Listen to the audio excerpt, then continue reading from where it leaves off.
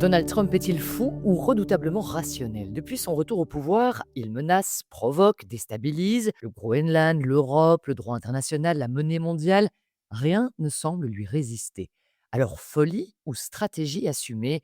Dans ce nouvel épisode du Regard décalé, je reçois Bruno Coleman, économiste et fin observateur du pouvoir. Nous allons démonter pièce par pièce la mécanique Trump. Un président qui gouverne par le chaos, qui politise la monnaie, fragilise les institutions d'après-guerre et accélère un basculement historique, affaiblissement de l'Europe, montée de l'or, remise en cause du dollar, fin d'un ordre mondial que l'on croyait immuable, un échange dense, sans langue de bois, pour comprendre ce qui se joue vraiment derrière les provocations. Bonjour Bruno Coleman. Bonjour. Je suis ravie de te retrouver Bruno, ça faisait un moment qu'on s'était pas vu. C'est vrai que j'ai consacré ce début d'année à plein de thèmes différents, un peu de légèreté aussi pour commencer l'année et du coup, eh bien, on a eu peu l'occasion de s'attarder sur les frasques de Donald Trump. On est maintenant, fin janvier et j'ai une question qui sera peut-être un peu le fil rouge de cet épisode. Bruno, est-ce que Donald Trump est fou? Non, je ne crois pas qu'il soit fou parce que d'abord il est bien conseillé. Il a un plan qui a été établi, avant son élection. Ce qui est particulier, mais c'est typique des sociétés, américaines, c'est qu'il procède par oscillation. Rien n'est stable. Donc, il travaille par itération, par essai et par erreur. Et donc ça a comme, conséquence de déstabiliser, de vulnérabiliser ses interlocuteurs. Et en fonction de l'impact de ces mesures, il les aggrave, il les amende, il les adoucit, il les modifie. Mais l'important, c'est en fait de rester le maître du jeu avec cette technique qui est propre, d'ailleurs aux dictateurs en herbe, c'est-à-dire, arroser complètement le paysage médiatique avec une nouvelle qui chasse la précédente. Mais globalement, quand on voit son bilan, économique, il n'est pas mauvais. Il y a bien sûr des déviances en matière d'inflation, mais globalement, l'économie américaine ne se porte pas mal et je pense que ce serait lui faire un mauvais procès de croire qu'il agit de manière complètement erratique, en tout cas en ce qui concerne la prospérité américaine. Alors, tu as posé le mot, hein, dictateur. C'est vrai qu'il y a de plus en plus de voix qui s'élèvent contre une nouvelle dictature, Poutine d'un côté, Trump de l'autre. Bah, on l'a vu quand il est arrivé en disant: «Je prendrai le Groenland par la force s'il le faut. Il y a rien qui m'arrêtera, pas de droit international, uniquement ma propre pensée». On peut s'inquiéter du bonhomme. Certains disent, dans les discussions que je peux avoir, qu'en fait, c'est une technique manipulatoire et qu'il va envoyer du gros et du lourd dès le départ pour qu'au final, quand il arrive avec son idée amoindrie et beaucoup plus pacifique, on se dise: «Ouais, finalement, c'est pas si grave, alors d'accord» et que finalement, il arrive à obtenir ce qu'il veut en ayant envoyé du trop gros pour commencer. Alors, c'est possible, mais en même temps, les États-Unis sont un pays impérialiste. C'est en fait un empire que Trump veut réhabiliter. D'ailleurs, il faut réécouter son discours d'investiture, hein. Il avait bien dit: «The golden age is back». On est de nouveau dans les années de prospérité des États-Unis comme il y a à peu près un siècle. Et il y a un siècle, les Américains étaient déjà expansionnistes, étaient déjà, au bord de l'invasion de toute une série de territoires. Donc Trump ne fait que simplement conforter ce que les Américains appellent la destinée manifeste, c'est-à-dire que les Américains se sont investis du fait qu'il y a une destinée d'origine biblique ou divine qui leur permet en fait de s'imposer au reste du monde. Alors il est vrai qu'il n'obtient pas tout ce qu'il veut, qu'il menace peut-être pour obtenir moins, mais il met le monde en mouvement, c'est-à-dire qu'il force les gens à réfléchir à l'ordre établi. Quand il dit, c'est assez frappant, c'est pas parce qu'il y a un demi-millénaire, des Danois sont venus avec un bateau au Groenland que le Groenland est un dominion qui leur appartient. Et il n'y a pas tort, finalement. Il suit l'avis de tous ses conseillers qui disent que l'ordre mondial, l'ordre géographique, l'ordre territorial peut être modifié. En tout cas, c'est ce que des personnes comme Peter Thiel et Elon Musk animent comme idée, Yavin Curtis aussi, en disant que finalement, on peut recréer de nouveaux pays, des sous-régions, dans une vision qui soit tout à fait confédérale. Donc, tout ça est assez cohérent avec ce qu'on peut lire de la part des personnes qui l'entourent. OK, cohérent dans ce que les personnes qui l'entourent disent, mais je l'ai entendu lui-même, Donald Trump, critiquer Vladimir Poutine pour sa façon d'aller en Ukraine récupérer des terres et en tout cas, ce qu'il espère récupérer en Ukraine. C'est un peu ce qu'il fait vis-à-vis du Groenland. Donc là, pour moi, il y a une incohérence. Ben, il n'y a pas d'incohérence si on part de l'idée que tant pour Poutine que pour les Chinois, que pour les Américains, l'ennemi à abattre, c'est l'Europe. C'est l'Europe qui est greenottée éventuellement par Trump au niveau du Groenland, qui est divisée en son fort intérieur, qui est attaquée militairement par la Russie, qui est attaquée commercialement par la Chine. Et en fait, l'Europe est la mauvaise conscience de l'humanité, parce que c'était le berceau de l'humanité, c'était un pays, un continent colonisateur qui maintenant devient colonisé par ses anciennes colonies. Et en fait, ce que le reste du monde, surtout les Chinois et les Russes, reprochent à l'Europe, c'est d'avoir fait de l'argent avec de l'argent, d'avoir pas vraiment travaillé. Et donc, on aurait été mieux inspiré de créer des acteurs commerciaux avec ces pays. On commence à le faire. On a vu la mission économique du Premier ministre anglais en Chine ces derniers jours. On a vu Ursula von der Leyen qui a signé un accord avec l'Inde. Donc, on comprend que la polarité commerciale doit plutôt être du côté Est que du côté Ouest. Mais en fait, la conjonction de tous ces mouvements qui paraissent finalement dispersés, c'est affaiblir l'Europe. Et je disais, en plus, nous nous affaiblissons de l'intérieur parce que l'homogénéité politique européenne a complètement disparu. Bah, beaucoup pointent du doigt l'Europe en ce moment. On craint un divorce qui pourrait être très coûteux avec les États-Unis. On a beaucoup critiqué, hein, cette délégation, cette armée qu'on a envoyée au Groenland pour, protéger, d'une certaine manière, cette île. D'autres disent aussi: «Mais non, finalement, même en envoyant 30 personnes, l'Europe a nécessairement, enlevé toute possibilité à Donald Trump d'attaquer le Groenland, puisque Donald Trump ne peut pas attaquer un militaire européen». Non, je ne crois pas que je crois pas que ce soit le cas. Il y a d'abord envoyer 30 personnes sur un territoire grand comme un continent, ça n'a pas beaucoup de sens. Je crois que le problème de l'Europe aujourd'hui, c'est qu'elle commence à vivre des divorces. Il y a de nouvelles polarités qui se créent. Par exemple, le couple franco-allemand ne fonctionne plus du tout.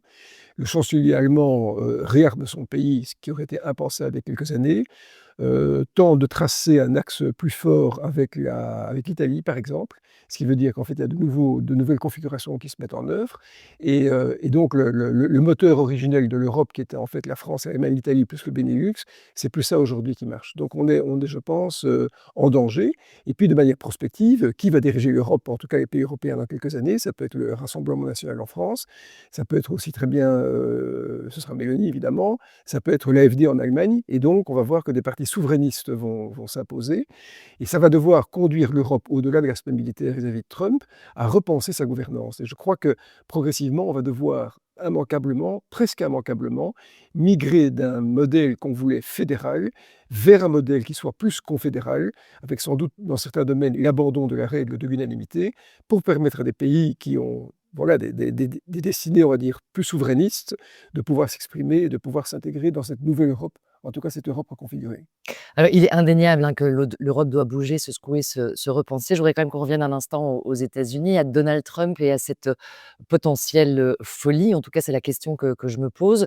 Je lisais dans la presse ce matin, entre autres, qu'il vient d'exposer à la Maison Blanche, dans ce couloir où tout le monde passe, une photo avec Vladimir Poutine, qui date de leur, dernier sommet en Alaska. Une photo où les 2 hommes posent fièrement. Il y a quelques jours encore, il dézinguait Vladimir Poutine comme étant un imbécile, et maintenant il s'affiche fièrement. Qu'est-ce qu'on doit comprendre de tout ça, de ce comportement? Ben, on doit comprendre que, bon, il y a bien sûr une tentative médiatique, mais on doit surtout comprendre que c'est l'Europe qui est la victime de deux pays continents. C'est ça qu'on doit comprendre. Finalement, ça ne s'adresse pas aux Américains, ça s'adresse pas vraiment aux Russes, ou peut-être modiquement, ça s'adresse et nous devons aussi nous départir de l'idée que la Russie est encore un pays communiste. Ce n'est plus du tout un pays communiste, c'est un pays qui est animé par l'économie de marché comme les États-Unis, mais le message est très clair pour les Européens, c'est-à-dire que nous n'avons pas de raccrochage à espérer tant de la part des États-Unis que de la part de la Russie. Il y a aucun risque que, l'investiture de Donald Trump implose. On voit quand même un peu des fractions aux États-Unis avec, son ICE, entre autres, Minneapolis, tout ce qui se passe là-bas. Moi, j'ai vu, des stars là au Festival du cinéma en pleurs par rapport à la catastrophe qui se tenait en ce moment même aux États-Unis, et où on demandait jusqu'à Barack Obama que les gens se soulèvent et prennent conscience de ce qui était en train de se passer. Ça peut pas faire bouger les choses dans un autre sens? Ça peut faire bouger les choses, à la marge, mais enfin dans sa première présidence, il y avait déjà eu, des confrontations, il y a eu des morts, hein. Et donc je crois qu'il y a une chose qu'on sous-estime, c'est la qualité de la figure tutélaire du président américain. C'est le point central, c'est le javelot qui est planté au milieu du pays, Parce que comme les Américains sont amnésiques de leur propre histoire et que le président est élu au suffrage universel, moyennant des dispositions bon, un peu particulières, c'est la personne qui incarne la continuité du pays. Ce qui veut dire qu'en fait, on peut, oui, toujours destituer un président, hein, ça a été tenté sous Clinton, ça a été tenté 2 fois pour la première présidence de Donald Trump, mais en même temps, la perte du président est quelque chose qui est épouvantable. Dans d'autres circonstances tout à fait différentes, parce que ce président était fort aimé, ben, l'assassinat de Kennedy a marqué toute une génération. Ça montre bien que quand on touche au président, on touche à la nature même de l'État américain. Mais ça voudrait pas dire qu'on pourrait pas lui dire: «Non, là, Donald Trump, on n'aime plus du tout ce que tu fais, merci de remettre ta démission»? Mais il y a une disposition, il y a un amendement, je crois que c'est je peux me tromper, je crois que c'est le 22e amendement, mais il faut vérifier, qui permet effectivement de destituer en cas de folie, en cas d'incapacité de diriger le pays, le président. Et ça demande des majorités qualifiées au sein de son gouvernement et au sein du Congrès, qui, à mon avis, seraient inatteignables pour le moment. Il faudrait vraiment que ce soit un cas patent, d'incapacité et je crois qu'on est loin de cette situation. Alors indéniablement, Donald Trump, n'a que faire du droit international. Il a décidé que ce serait à sa sauce ou à lui. Est-ce que, d'un point purement économique, quand on voit la réaction du cours de l'or, il y a un lien de cause à effet?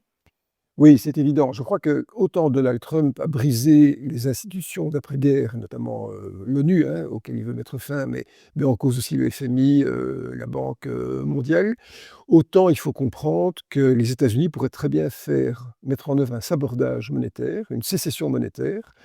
Ils ont besoin du dollar pour imposer leur dominance économique, mais en même temps, on pourrait imaginer, et on va voir sans doute une banque centrale sous le contrôle de la Maison Blanche, avec des taux d'intérêt très bas, donc un dollar qui va se déprécier, une dette publique américaine qui est trop importante et qui pose des questions de crédibilité, de soutenabilité, incontestablement.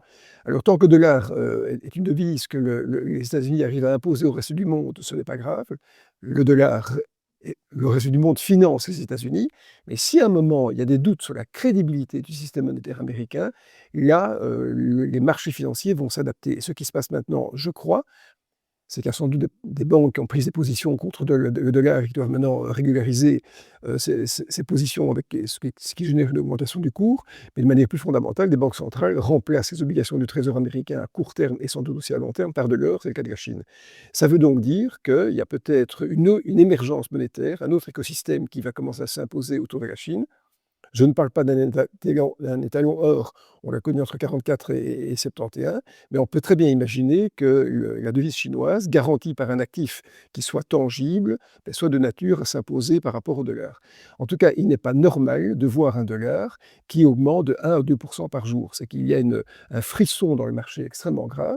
Il faut savoir, et ça ne se sait pas ici, mais que dans certains pays qui sont des pays aurifères, enfin en tout cas, on va dire de fonte d'or comme la Suisse, certaines banques n'ont plus d'or physique à vendre à leurs clients. Ce qui veut dire que la demande est telle qu'elle ne peut pas être assurée. Et aujourd'hui, les gens ne vendent pas leur or, sauf peut-être des bijoux pour avoir quelques liquidités. Les gens gardent leur or. C'est un actif qui est destiné à traverser le temps. C'est pour ça qu'on retrouve parfois des trésors dans la mer ou sous terre en or. Et donc aujourd'hui, il y a, je pense, l'amorce d'un changement de paradigme monétaire. Pour moi, ce qui se passe maintenant est probablement un des événements les plus importants que ce qu'on a connu depuis les années 70. Il faut savoir que dans les années 70, quand l'étalon or, c'était tout à fait différent évidemment, a été abandonné par les États-Unis, le cours de l'or a fait fois 24 en quasiment 10 ans en dollars et fois 16, si ma mémoire est bonne, en francs belges. Donc ça veut dire que l'or redevient l'actif tangible de réserve, puisque l'or, contrairement à la monnaie papier, ben, a une valeur intrinsèque, ce qui n'est pas le cas du papier, qui n'a finalement que la valeur du papier. Mais ça veut dire que si tout le monde, et comme tu le dis, en tout cas les pays, les banques centrales se tournent vers l'or plutôt que vers le dollar et pourraient voir donc du coup ce système monétaire se déstabiliser, c'est quand même pas nécessairement bon pour les États-Unis. Non, c'est pas bon pour les États-Unis parce que ça voudrait dire qu'effectivement, sauf à imposer le dollar et d'ailleurs Trump a menacé les pays qui ne finançaient pas les États-Unis, ni ne voulaient plus utiliser le dollar de droit de douane de l'ordre de 100. Ce n'est pas bon pour les États-Unis. Finalement, les États-Unis doivent avoir une devise qui est abondante, qui s'immisce dans toutes les anfractuosités de l'économie, qui sert de paiement pour les matières premières. Et si à un moment le dollar ou l'investissement au dollar à long terme devient peu crédible, ça pose un problème et donc il y a un actif de repli. Mais on ne peut pas évidemment que investir en or et garder l'or dans les coffres. Il faut avoir une monnaie de circulation qui restera le dollar, entre autres. Mais je pense qu'il y a un autre élément, c'est que les entreprises européennes, en tout cas qui investissent aux États-Unis pour éviter les droits de douane, devrait se méfier de la capacité à rapatrier des bénéfices. Et à quelle parité de change, ça on verra. On peut imaginer qu'à un moment, des conventions de double imposition soient négociées ou imposées par Trump, en tout cas modifiées, qu'il y ait des restrictions à la mobilité des capitaux. D'ailleurs, je suis certain que dans les 5 ans, on verra progressivement que la mobilité des capitaux aux États-Unis va baisser. Et donc, on peut même imaginer que dans certains cas, des nationalisations soient envisageables. Quand Trump a récemment dit, par exemple, que les entreprises d'armement ne pourraient pas payer de dividendes, sauf si elles respectaient le calendrier du cahier de charges de fabrication des armes, ça veut dire quelque chose. Donc, je crois qu'on va voir une économie de plus en plus prédatrice. Et progressivement, on voit qu'on sort d'une économie de marché qui est animée par ses propres forces pour entrer dans une économie qui est beaucoup plus politisée, avec un rôle de Trump, bien sûr, qui est central dans cette réalité. À partir du moment où la monnaie devient politisée, à partir du moment, et ce sera le cas, où la Banque centrale américaine passe sous le contrôle de la Maison-Blanche avec des injonctions qui seront sans doute favorables à Trump, par exemple une baisse des taux d'intérêt brutale pour soutenir le prix des actions américaines, pour aider aux élections des midterms au mois de novembre, eh bien, à partir du moment où on peut pressentir ce genre d'événement, on est dans un autre monde. Mais soit j'ai peut-être pas compris quelque chose, mais en début de podcast, d'épisode, tu me disais: «Donald Trump, il sait ce qu'il fait, il sait où il va et fondamentalement l'économie américaine, elle va pas si mal que ça. C'est pas, si mal comme mandat, en tout cas économique pour le moment». Et là, tu m'annonces quand même que les États-Unis sont face à un gros risque où tout à coup leur monnaie va être vraiment dévaluée et où les pays, le monde entier ne leur fera plus confiance. Mais ça ne va pas toucher les Américains. Parce que les Américains, d'abord, ils vont plus exporter grâce à un dollar faible. Bien sûr, les importations vont leur coûter plus cher pour ce qu'ils importent. Mais bon, c'est un pays qui est quand même largement autosuffisant. Et donc, l'Américain moyen achètera américain pour éviter justement des droits de douane et une parité de change à l'importation qui leur est contraire. Et on peut très bien imaginer que Trump utilise la Banque centrale américaine pour faire tourner la planche à billets, faute de pouvoir placer sa dette à l'étranger. Donc il y a toute une série de gradations dans la solution du problème. Il faut se rappeler une chose, Trump veut aspirer une richesse que, selon lui, indûment, le reste du monde a capturée au détriment des États-Unis et rapatrier cette richesse aux États-Unis, d'où le mouvement MAGA. Donc voilà, Nixon en 71, quand il est sorti de l'étalon or, le discours est célèbre, a dit que finalement pour l'Américain qui achetait américain, ça ne changeait rien. Et ça n'a pas changé grand-chose, effectivement, il y a eu un peu d'inflation, mais Trump est capable, à mon avis, de faire comprendre que l'inflation est en fait plus que compensée par des augmentations de salaire et par la valeur de l'épargne américaine investie en actions américaines. Je dois malheureusement arrêter ici cet épisode, même si j'aurais encore 1000 questions et peut-être que nos auditeurs aussi d'ailleurs. Donc je les invite à nous faire part de ces questions, comme ça la prochaine fois qu'on se rencontre, je pourrai te les soumettre. Merci beaucoup. Merci beaucoup.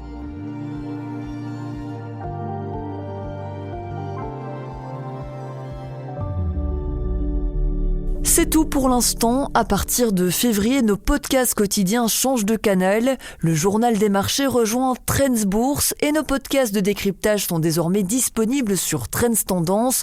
Abonnez-vous sans plus tarder à ces 2 cadeaux. À très bientôt.